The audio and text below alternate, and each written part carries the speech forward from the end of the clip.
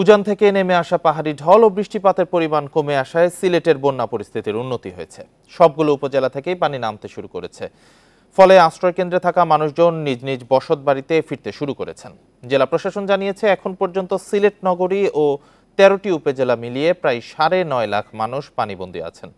এই মুহূর্তে সুরমা নদীর পানি ১টি ও কুশিয়ারা নদীর পানি ৩টি পয়েন্টে বিপদসীমার ওপর দিয়ে প্রবাহিত হচ্ছে বলে জানিয়েছেন পানি উন্নয়ন বোর্ড। এদিকে সুনামগঞ্জের বিভিন্ন এলাকা থেকে পানি নামতে শুরু করলেও বাড়িঘর ক্ষতিগ্রস্ত হওয়ায় ফিরতে পারছেন না অনেকেই।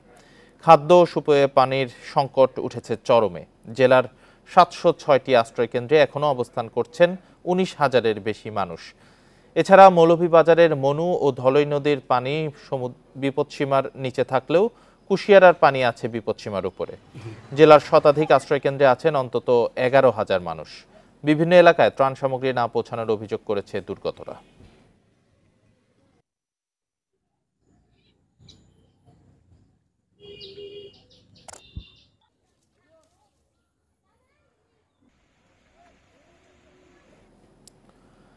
বন্যা পরিস্থিতি নিয়ে জানাতে সুনামগঞ্জ থেকে যুক্ত হচ্ছেন সহকর্মী জাকির হোসেন। জাকির, বন্যা পরিস্থিতির কিছুটা উন্নতির খবর পাওয়া যাচ্ছে, তবে দুর্গত যারা আছেন তাদের খাদ্য সহায়তা বা ত্রাণ বিতরণে অনেকটা অভিযোগ পাওয়া যাচ্ছে, বা সরজমিনে যে দেখা যাচ্ছে তারা ওইভাবে খাদ্য সহায়তা পাচ্ছেন না। এই বিষয়গুলো নিয়ে জানাবেন।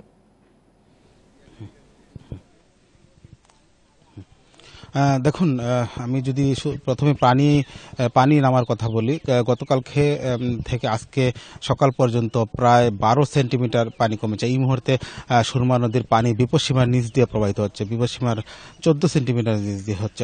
আমি যদি আপনাকে একটু দেখাই সুরমা নদীর চিত্র, আপনি নিশ্চয়ই দেখতে পাচ্ছেন।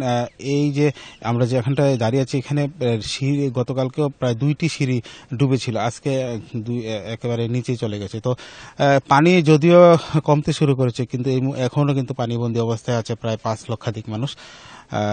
প্রায় ৬৫০টি আশ্রয়কেন্দ্রে এখনো ১৮ থেকে ১৯,০০০ বন্যা কবলিতের আশ্রয় নিয়েছেন।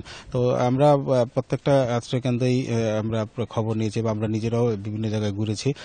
তো আশ্রয়কেন্দ্রে একটাই অভিযোগ করছেন, সেটা হচ্ছে খাদ্য সহায়তার মানে পর্যাপ্ত না বলে আমাদেরকে জানিয়েছেন।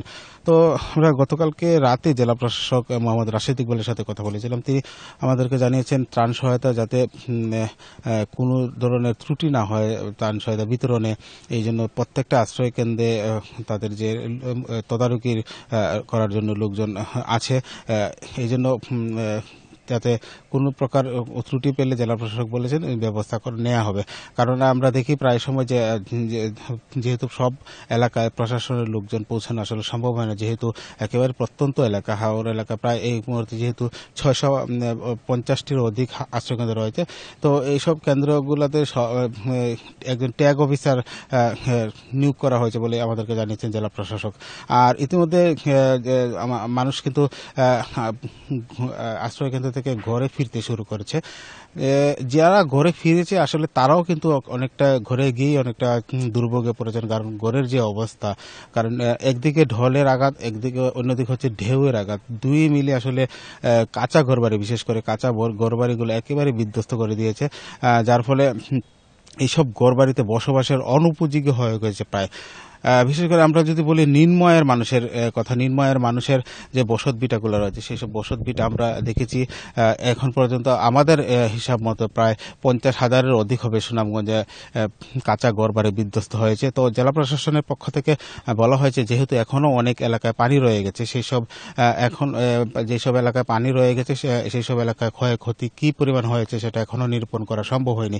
ক্ষয়ক্ষতি পুরো জেলার নিরূপণ একসাথে করা হবে, তারপরে তাদেরকে যারা একেবারে নিম্নআয়ের মানুষ তাদেরকে পুনর্বাসনের আওতায় নিয়ে আসবে বলে আমাদেরকে জানিয়েছেন জেলা প্রশাসক।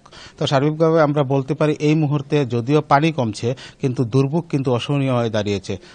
আর সরকারের সহায়তা ছাড়া নিম্নআয়ের যে মানুষ, তাদের আবারও ঘুরে দাঁড়ানো খুবই কষ্টকর হয়ে যাবে সরকারি সহায়তা ছাড়া। সুনামগঞ্জ থেকে জানাচ্ছিলেন সহকর্মী জাকির হোসেন।